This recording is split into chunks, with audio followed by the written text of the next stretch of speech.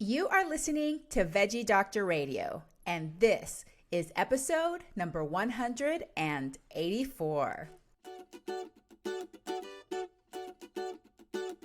Welcome to Veggie Doctor Radio. I am your host, Dr. Yami, board-certified pediatrician, certified lifestyle medicine physician, certified health and wellness coach, author, speaker, mother, wife, and human being. I passionately believe in the power of diet, habits, and mindset in sparking and sustaining well-being and joy in our lives. This podcast combines expert interviews and thoughtful monologues to explore plant-based nutrition, lifestyle medicine, parenting, mindset, and other exciting and fun topics. I hope that these episodes inspire you, uplift you, and equip you with the knowledge and tools to live your best life. Are you ready to get started? Let's do it. Welcome back, veggie lovers. I hope you had a fantastic Thanksgiving day. We had an amazing Thanksgiving day over here. My whole family, me, my two sons, and my husband all went and did the turkey trot here in town. And we wore cute, veganized Thanksgiving shirts, and that was really cool. And I actually finished in a little over 30 minutes, which is a big deal for me because in the past, I was really big into running. I've done, I think, 13 half marathons, 2 full marathons, and I got injured and I had to stop running altogether. It's been several years since my last race, and I didn't know if I was going to be able to run again in any significant distance. So I felt really strong, I felt really good, and I'm hoping that I can continue to run and race and increase my distances. And it's my dream that someday I'll be able to complete a half marathon with my son. A lot of my running I actually did with my mom, and the first full marathon we did for her 60th birthday, which was super cool to do that with my mom. So I want to be able to do it with my son. He is significantly faster than me. He's a junior in high school, and he does cross country and track. So yesterday he finished in under 20 minutes. I finished in a little over 30 minutes, and I was really proud of myself. And of course, I'm very proud of him, but he is definitely our fastest runner in the Lancaster family right now. So how did the Thanksgiving meal go for you? It was great for us. I did a good amount of cooking, but it didn't feel exhausting. I had some help. We really enjoyed it. And I was most impressed by Drina Burton's crazy brownies. I hadn't made that recipe before. It is so good. Oh my gosh. It has beans and potatoes and dates and cocoa powder. And I use peanut butter for the fat piece of it. My gosh, amazing, delicious, so good. I will definitely be making those again next weekend when I have a Friendsgiving event here at my house. You should really try it. It's available online. I also put a link in my newsletter on Wednesday, and you should be able to find it. Just look up Drina Burton Crazy Brownies, and they're on her website. So, okay. I want to talk about dieting. And the reason I want to talk about this, and I've talked about it a lot, if you've read my book, A Parent's Guide to Intuitive Eating, How to Raise Kids Who Love to Eat Healthy, I talk about my journey in there and how I used to be a recurrent yo-yo dieter, had some disordered eating and all of that. But I know that for those of us that struggle with our body image, those of us that struggle with yo-yo dieting and all or nothing approaches to eating, the holidays can be really tough and really triggering. And I remember the cycle I would go through every single year of overeating, feeling bad about it, starting a super restrictive diet the next day, and then of course overeating and binging again because of the restriction. So in this episode, I want to explore this concept of dieting because one of the concepts I've been thinking about and turning over in my head is this concept of informed consent for calorie-restricted diets, not just because I'm a physician and I give advice to patients and families, but for ourselves. Before we embark on a calorie restriction journey for whatever reason, I want you to really think about what the consequences could be and whether you are willing to accept those consequences. So how do I define dieting? Is deliberately restricting your diet for the purpose of weight loss, to change the size and weight of your body. And it can be associated with many risks. Other episodes that you may be interested in listening to after you've listened to this one is episode number 167, 171, and 172. And in those episodes, I talk about more intuitive eating and dieting and all of those concepts. So there's going to be a lot of similar concepts that I discuss on this episode, but I want to delve a little deeper into some of the effects, some of the adverse effects that dieting can have. But before we get to that, let's talk about why people choose to diet in the first place. There's two main reasons here in the United States. Number one is because of diet culture. So what does diet culture do? Diet culture tells us that in order to have more worth, in order to be more accepted in our society, that we should be thinner. It's called the thin ideal. A commonly held belief is that thinner is better, and this leads to body dissatisfaction, which is the feeling that you're not satisfied with your body. And 80% of Americans are dissatisfied with their weight. At least 30% of people in the United States have attempted weight loss between 3 and 10 times in their life. So 1/3 of people have dieted at least 3 to 10 times in their lifetimes. But 75% of women in the US have attempted weight loss at least once in their life. So the majority of people have been on at least one diet in their life, restricting their calories for the purpose of weight loss. What's even more shocking and sobering is that we have found through studies that little girls as young as 6 are starting to express a desire to lose weight. A 6-year-old really should not be thinking about weight loss and the size and shape of their bodies, but that is what we find here in the United States. So that's number one. Diet culture tells us thinner is better. Even if you are in a quote normal weight range or a typical weight range, you will be dissatisfied with your body here in the United States. So the number 2 reason is for health reasons, and I think a lot of this is driven by the health and medical industries. Many healthcare providers do connect body size and weight to health, and this leads to weight bias. Weight bias or weight stigma affects people, affects children. And weight bias is defined as negative attitudes towards and beliefs about others because of their weight. These negative attitudes are manifested by stereotypes and are prejudiced towards people with overweight and obesity.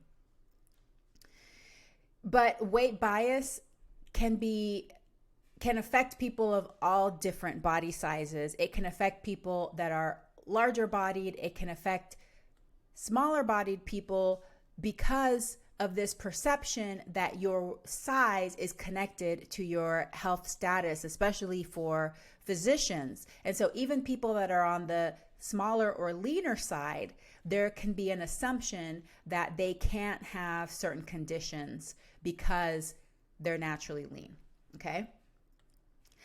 What's even sadder, I guess, than just weight bias is what's called internalized weight bias. And internalized weight bias is that those people that are themselves larger bodied believe that they should be stigmatized for their weight. So they start to believe that, yeah, I'm the problem. I'm bad because I eat a certain way or I am a certain size. And they believe that about themselves, so they internalize. They're biased against themselves and against other larger bodied people. They internalize this belief about their weight and these negative stereotypes. 69% of people who are overweight or obese have experienced discrimination from doctors because of their weight. And those that have internalized weight bias or weight stigma are the most vulnerable to it. And whenever we have these feelings about ourselves, whenever we feel discriminated against for whatever reason, it's stressful. And that stress may lead to behaviors.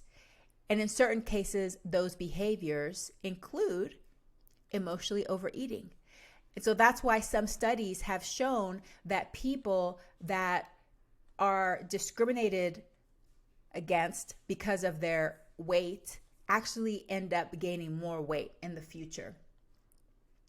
Body shame also promotes weight gain. So if you are feeling ashamed of your body, ashamed of yourself, ashamed of your habits, guess what? You probably end up overeating and choosing foods that are going to cause you to gain more weight. It's like this negative cycle that is just a desperation. So you can see how when we blame people for their weight, tell them that they're the cause of their weight gain, that they're bad, they should feel bad about themselves. They do feel bad about themselves, and they soothe themselves by eating.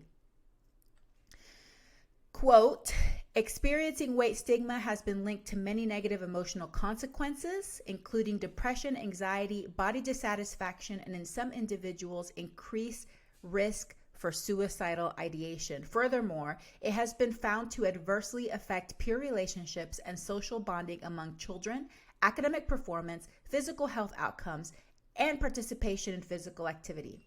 It can also lead to disordered eating behaviors such as binge eating, purging, and the use of diet pills or laxatives.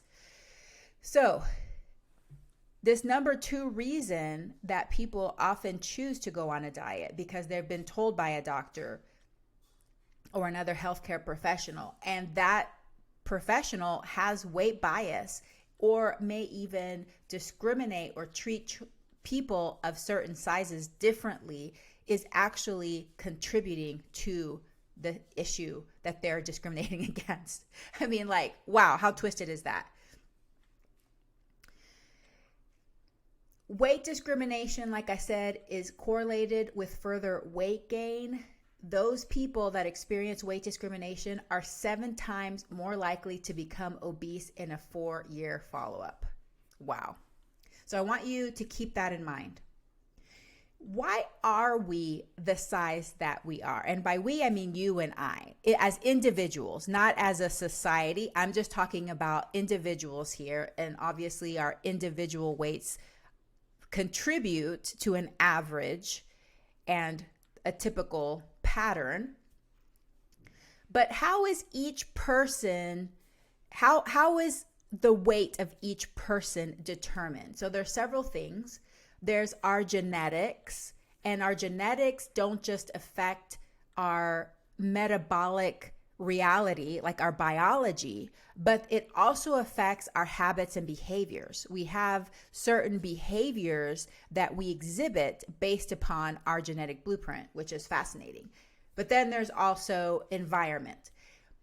From the reading that I've done and the studies that I've read and my own individual experience, I would say that genetics probably contributes about 75 or 80% of our determined weight, and environment 20 to 25%.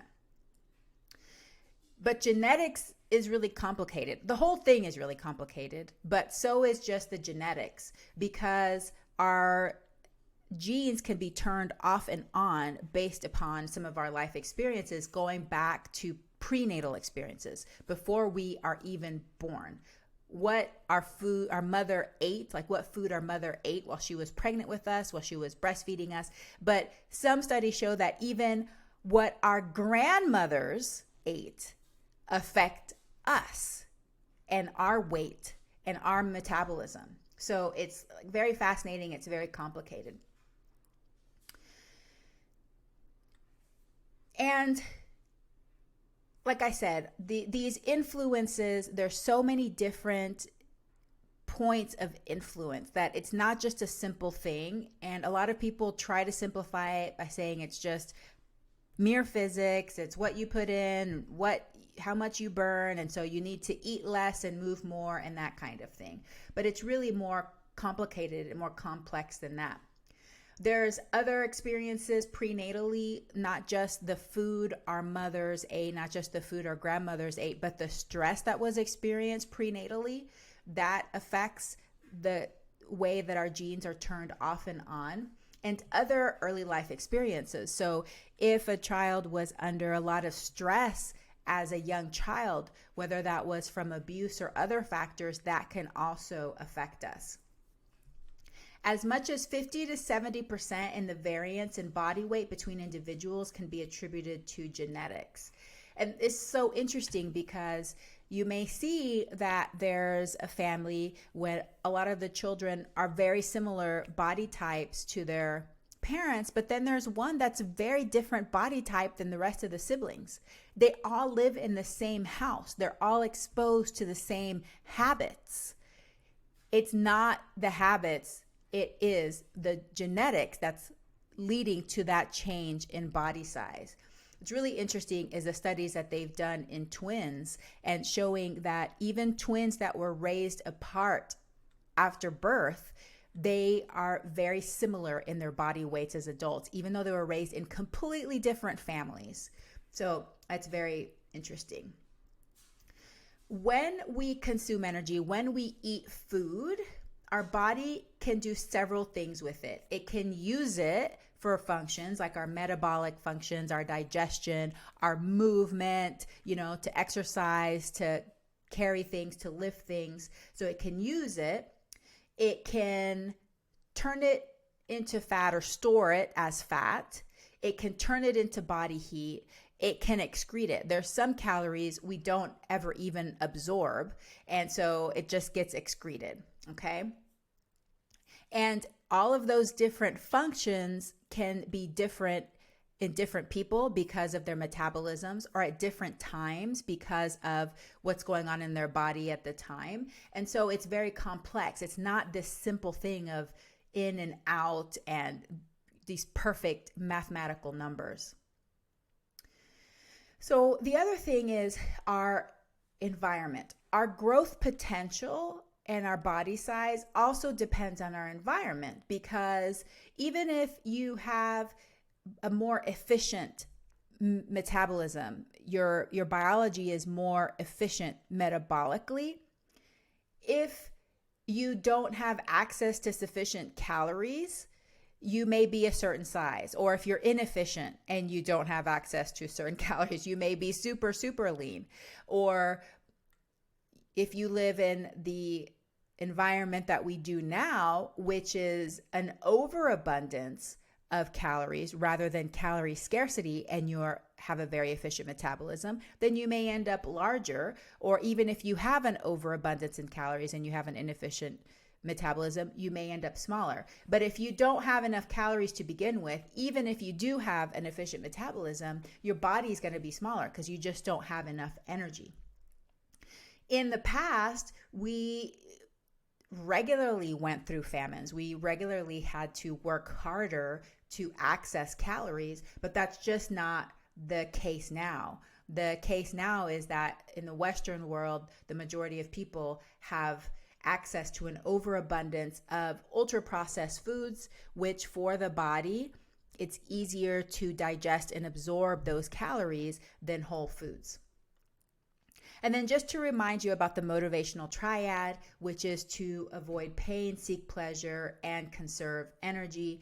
That is what humans do. That is what's been programmed into us in order to pass down our genes. So one of the purposes of life is to keep our genes moving forward, and we do that through reproduction. We live long enough to get to reproduction and have our kids live long enough that they can take care of themselves because of the motivational triad. So Avoid pain, seek pleasure, conserve energy. And so this is ingrained into our habits and behaviors, but we live in this environment that has an overabundance of ultra-processed foods.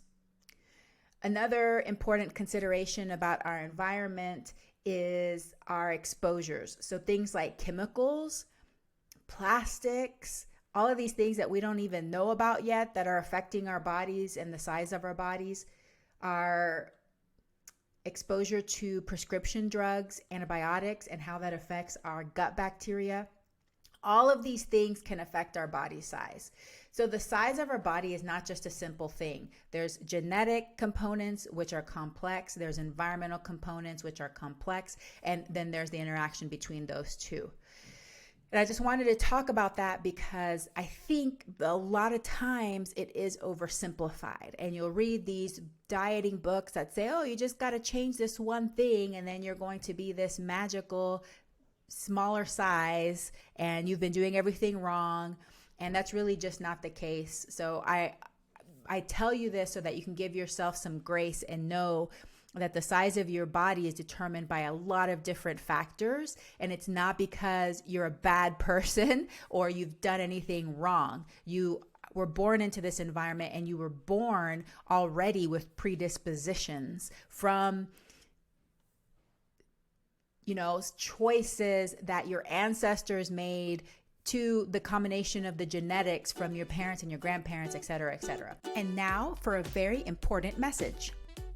Hey mama, if you are feeling frustrated about mealtime battles, worried that your child isn't eating enough or eating enough vegetables, afraid that your child is going to get some awful deficiency or disease because of the lack of diversity in their diet, I wrote a book that might be for you. A Parent's Guide to Intuitive Eating, How to Raise Kids Who Love to Eat Healthy is available in paperback, ebook, and audiobook through all major online booksellers.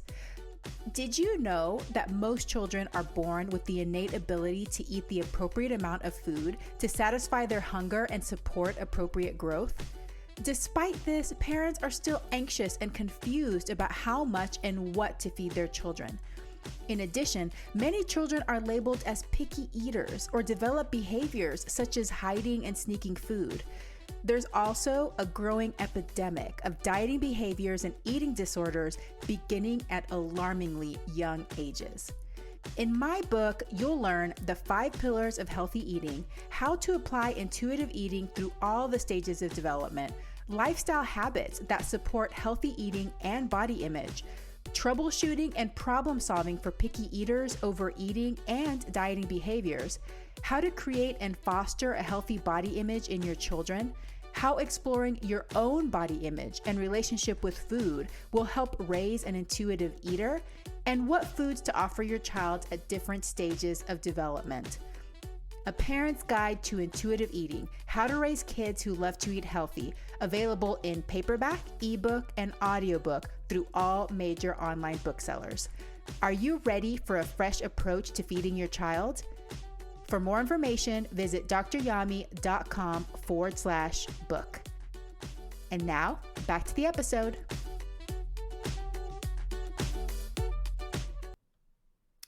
So let's talk first about food insecurity. And food insecurity is when people don't have access to enough food, or they don't have consistent access to food, or they don't have consistent access to healthful or nourishing food. And this can happen in places where people don't have access to grocery stores, or they're far away, they don't have transportation, or financially they may not have enough resources or funds to have food consistently throughout the month. So food insecurity is actually a risk factor for overweight and obesity. And one study found that children from food insecure households were 5 times more likely to be obese. So this food insecurity leads to scarcity, and it may lead to just inconsistent access to food. So these children may have plenty of food at the beginning of the month, but as the funds are lacking at the end of the month, they may experience times where there's less food or food scarcity.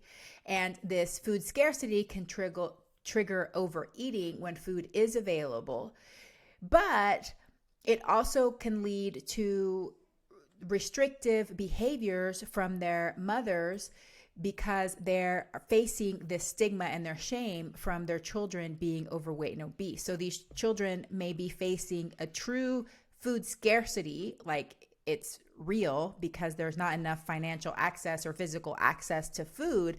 But then on top of that, they are facing artificial scarcity from being restricted. Then there's also some research that shows that when people have had scarcity for other reasons, like say for war or times of famine, it can also lead to overeating later. So this is from a book called Why Diets Make Us Fat by Sandra Aamodt, and this is a quote from this book. Another group of researchers studied Canadian veterans of World War II, comparing those who were captured and then starved against their fellow veterans with equivalent combat experience. About half a century after the war, 45% of the former prisoners said they were moderate or heavy binge eaters, compared with 17% of the other veterans.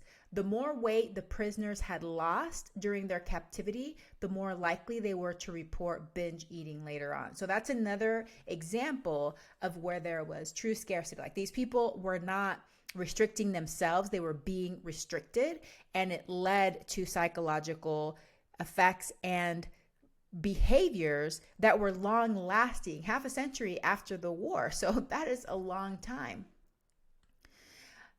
But then there's this artificial scarcity. And the reason I call it artificial scarcity is that it's self-imposed or it's imposed on somebody else. If you're a parent that's ever put your child on a diet, you are causing artificial scarcity. You are causing a situation where you are restricting them from food, even though food is present and available, but you are restricting it. When we do that to ourselves, we are telling our brain, you cannot eat this food, even though it's available. So dieting has real consequences. As many as 35% of casual dieters will progress to disordered eating. Okay, 35%, over a third of people who are like, you know what? I think I'm getting a little fluffy. I think I'm going to put myself on a diet and lose some of this holiday weight. Over a third are going to develop disordered eating. And of those people, of those 35%, 25% of those will go on to develop clinical eating disorders, meaning that they will meet criteria based upon the psychiatric manual that they have an eating disorder. Okay? Those percentages are really, really high, especially knowing that there are certain eating disorders that have some of the highest rates of suicidality associated with them, like anorexia. Okay, so this is real consequences. It could lead to death. Young adults with obesity are almost 4 times as likely to have eating disorders or binge eating disorder compared to normative weight peers.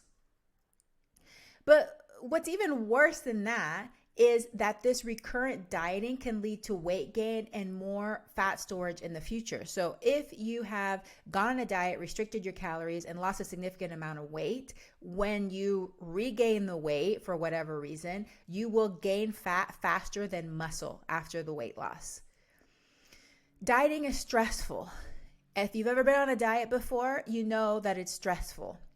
And studies show that it can shorten your telomeres. So telomere length is a marker of cellular aging, and it can be accelerated by stress. We also know that good things like good habits like meditation can actually lengthen your telomeres. And cellular aging is associated with overall aging. So if you have longer telomeres, it's probably associated with more longevity and more well-being. So to be able to see that people who diet or restrict their food access in order to control their eating have shortened telomeres, that's really significant.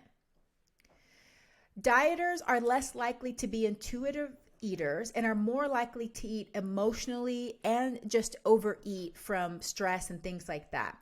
So they tend to take this all or nothing approach. I'm either being really, quote, good and restricting myself and keeping my calories really low, or I'm just going to go off the rails and eat everything I see and not stop on, even if I'm feeling uncomfortably full. Long-term dieting is associated with binge eating in susceptible people.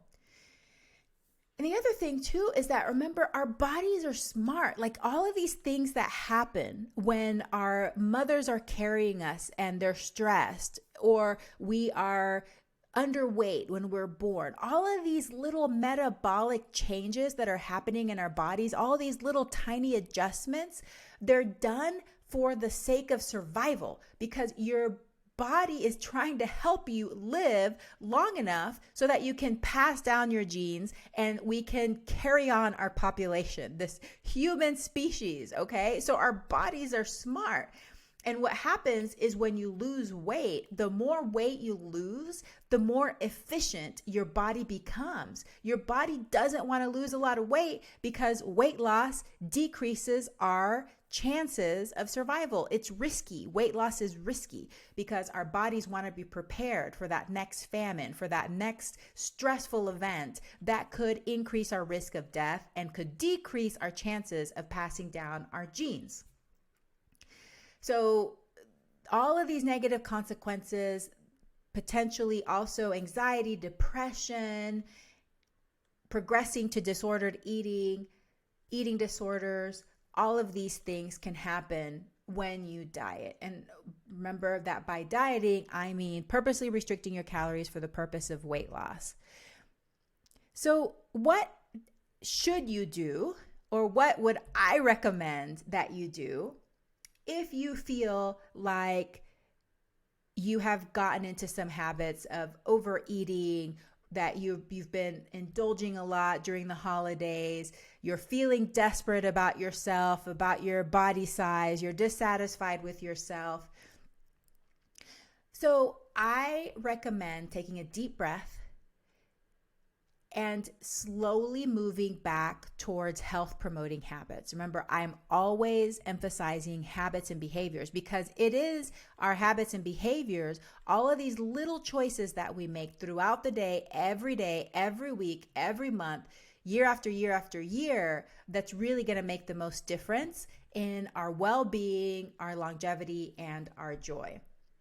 One of the things I think about when I remember how I used to be in the past, when I was a yo-yo dieter and had really high body dissatisfaction and disordered eating, is I used to be like the way I was when I first started driving in the snow and ice.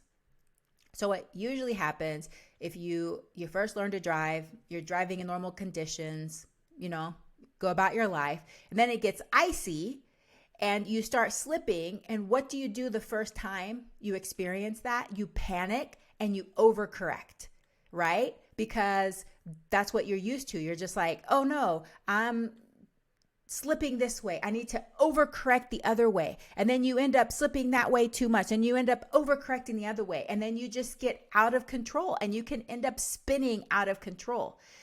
In those cases, when you are treading on ice, which might be right now your situation with the holidays, with everything that's been going on in your life, you're feeling stressed, you're not feeling good about your body, you feel yourself slipping, you may be tempted to overcorrect. And that's this all or nothing mentality. So I'm either binge eating all of the Thanksgiving desserts, or I'm eating like 800 calories a day of salad and cucumbers, okay? Like all or nothing approach. That is not going to help you get to any sustainable, enjoyable, health promoting place in your life that's going to lead to well-being and longevity. So instead of doing this overcorrection, what you do when you slip on the ice is you just gently lean into it. You take a deep breath and you don't overcorrect. And that's what people that have weight stability over time do. All of us overindulge on Thanksgiving because there's some recipes that we literally make once a year because they take, like, my husband loves the veganized version of his grandmother's East Texas style Thanksgiving dressing. Okay. And this, like, it's like several steps. It makes like this gigantic quantity. I only make it once per year. So he eats a lot of it. We all overindulge. It's part of our culture. We emotionally eat on Thanksgiving, we emotionally eat on Christmas because we're celebrating, we're enjoying, and that's part of our society, and it's okay. You don't have to overeat, but if you do, it's fine. The next day you go back to your habits. You get up like it's a normal day again. You don't have to go on a diet the next day. You don't have to put yourself on a fast for 5 days, please. That is an all or nothing attitude to life. Like, you don't have to go on a cleanse just because you overate one day or had some desserts or had some sugar or whatever.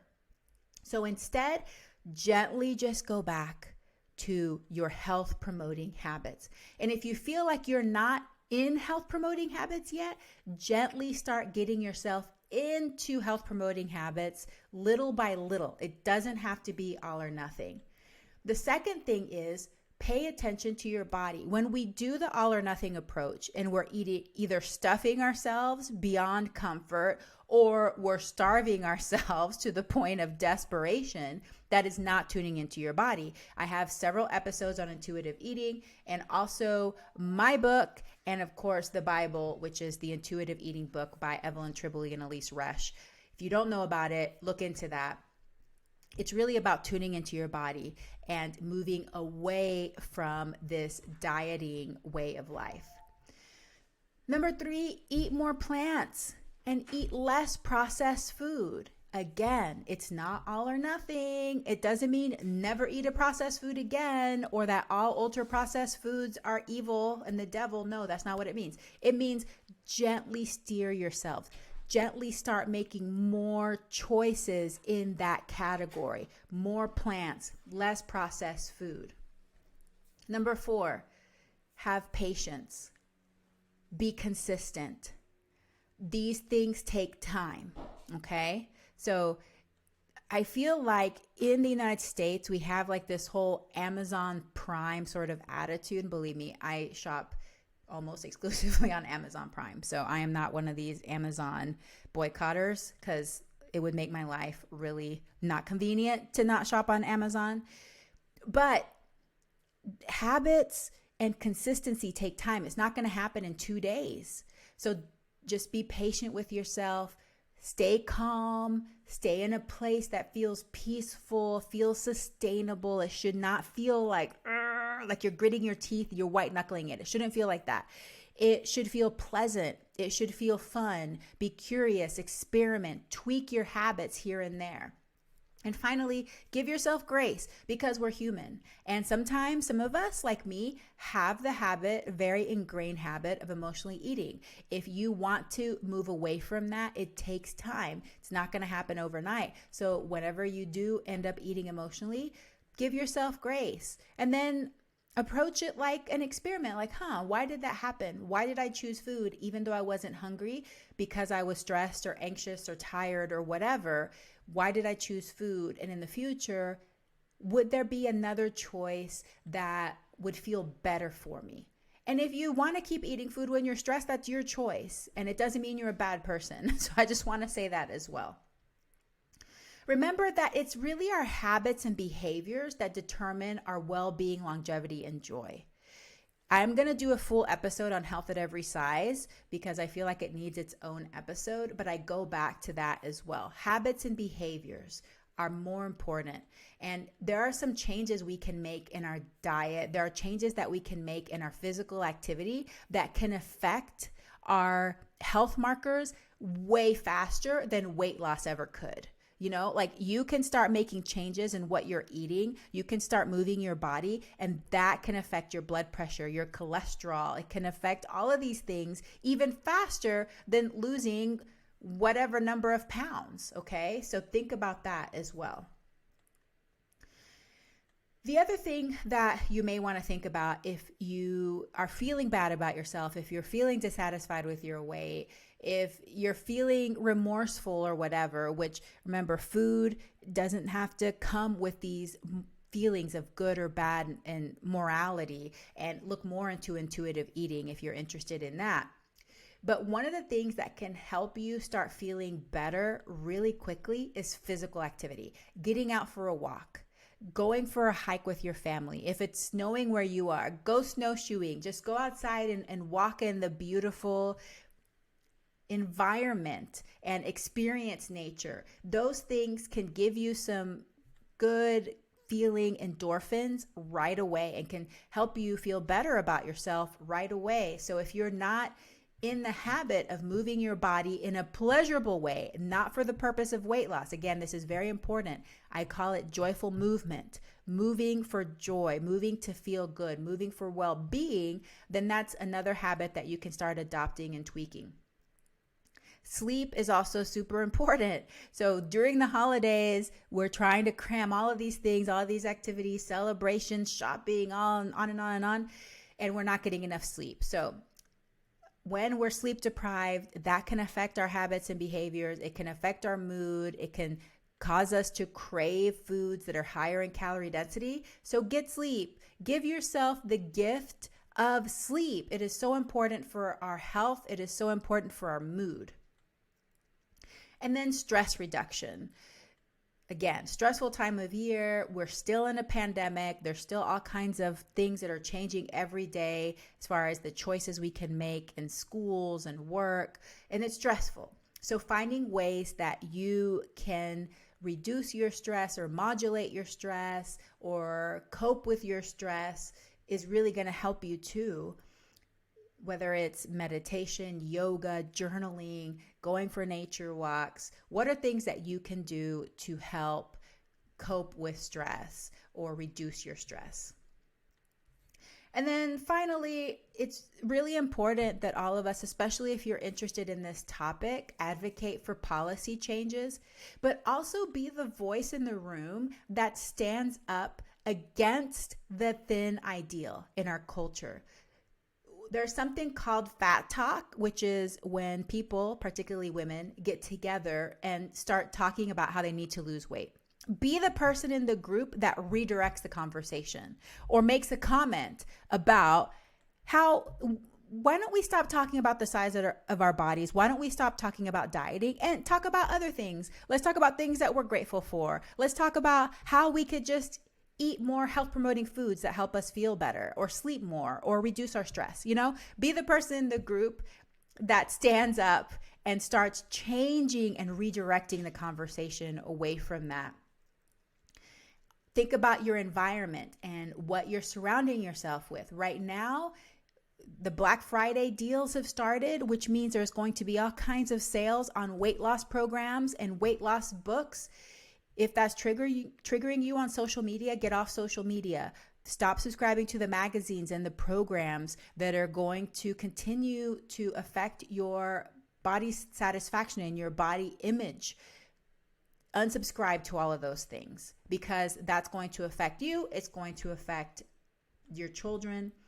And also policy changes for improving our environment, improving our access to health promoting foods and helping people that do have food insecurity, but also changing our environment so that there are access to more health promoting foods in more eating establishments, and that just becomes part of our culture to eat more health promoting foods, eat more plants, move our bodies more, decrease our stress. So finally, I just want to tell you that if you are struggling, I know how you feel. I want you to have grace for yourself, take a deep breath, and just gently redirect, okay? Let this be the year that you do not go on a crash diet.